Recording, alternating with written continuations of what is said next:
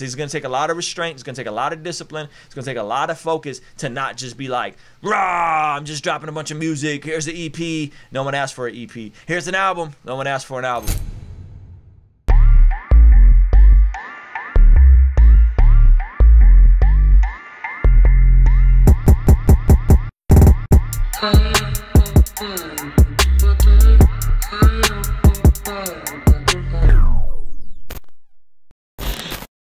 What's the best way to promote a single? What do you mean promote? Like get it out there to like websites and blogs and. Oh, in terms of like potentially getting it on blogs and stuff like that. Yeah. How many followers are you sitting at right now? Like on Instagram, on Twitter, across those platforms? On my Instagram, I have around like 3,500, but on my collective, we have like 250. So. Okay. So you said 3,500 on your personal page? Mm-hmm. Okay, that's great.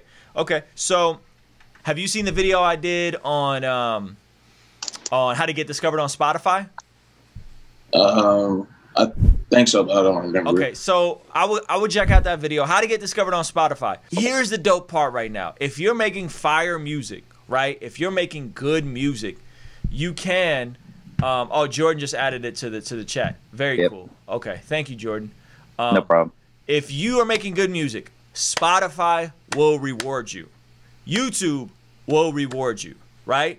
Why? Because their algorithm is based on keeping people on the platform as long as possible, meaning they don't want you to click out of Spotify and go on YouTube. YouTube doesn't want you to leave there and go on Instagram. So one, it's a good time because if you make good music and you make replayable music, you're already ahead of the curve. So one, like it really is about the music now. Right? It really is about the music. If you're an independent artist, if you're an independent artist and if you're not like the new wave troll trying to go viral, right? Like Soulja Boy is like trying to go viral because he's viral. People are going to pay attention to his music, right? Like the 6ix9ine motto. A couple years ago, if you went viral and you were a troll, the music that didn't necessarily cross over, but now it's all about attention, right? If you have the attention, you can get the crossover. Well, right now, if you're making good music, even if you don't have the attention, you can build up the buzz by just having replayable music. So this is what it looks like. The video I made was how to get discovered on Spotify. Basically, start with making a good song, test it off a couple close friends that are going to tell you the truth, right? Like, is this a good song? How could it be better? Make sure it's mixed well, right? And then upload it to DistroKid at least 4 weeks out. You have those pieces in place, right? And if you have that in place, it's uploaded to DistroKid 4 weeks out.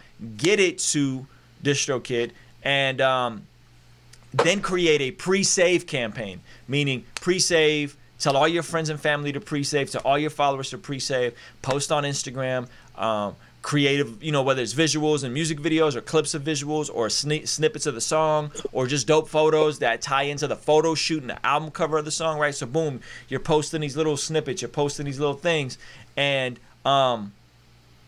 push people to that pre-save.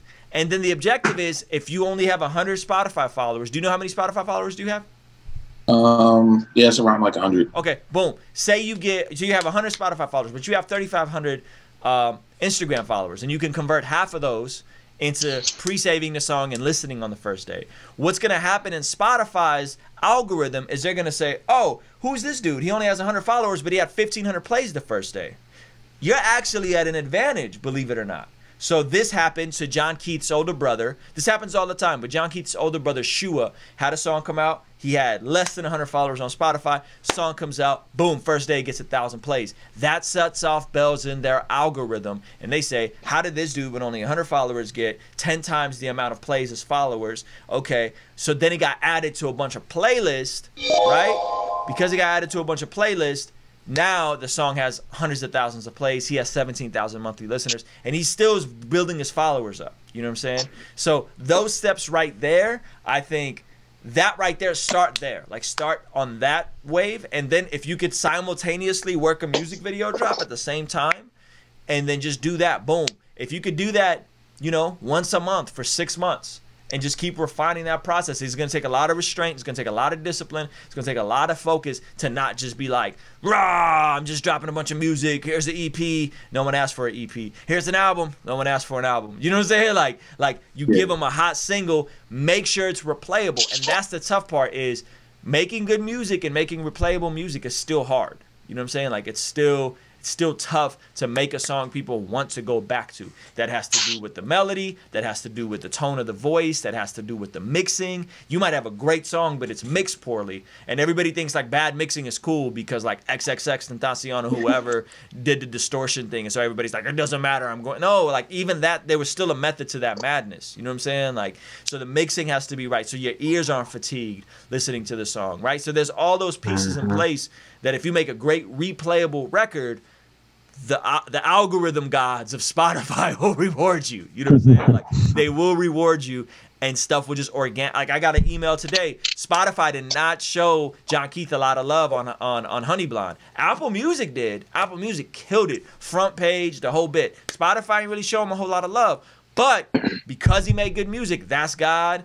And a bunch, and I think Adonai. I just got an email today. They got added to a bunch of playlists. You know what I'm saying? The Flow playlist. Some of my older songs still get added to a bunch of playlists. You know what I'm saying? Because even if they don't show love initially on the editorial side, if the song is replayable, they're looking at the skip rates. Now you're on a playlist, and now they're comparing you to all the other songs on a playlist. So like Marty from Social Club added one of my songs, Wait, to one of their playlists, and my song was the top 10 song in terms of not skip rates and getting ads, being added to people's playlists. So boom, that set off bells, got the song added to more playlists. That's how you could look on somebody's album, and they'll have one song that has 300,000-400,000 plays, and then all the other songs have 5,000-10,000 plays. You know what I'm saying? It's because one song will just organically work like that, and that's the dope part about the era that we're in, man. So does that make sense? Is that like a pretty linear breakdown?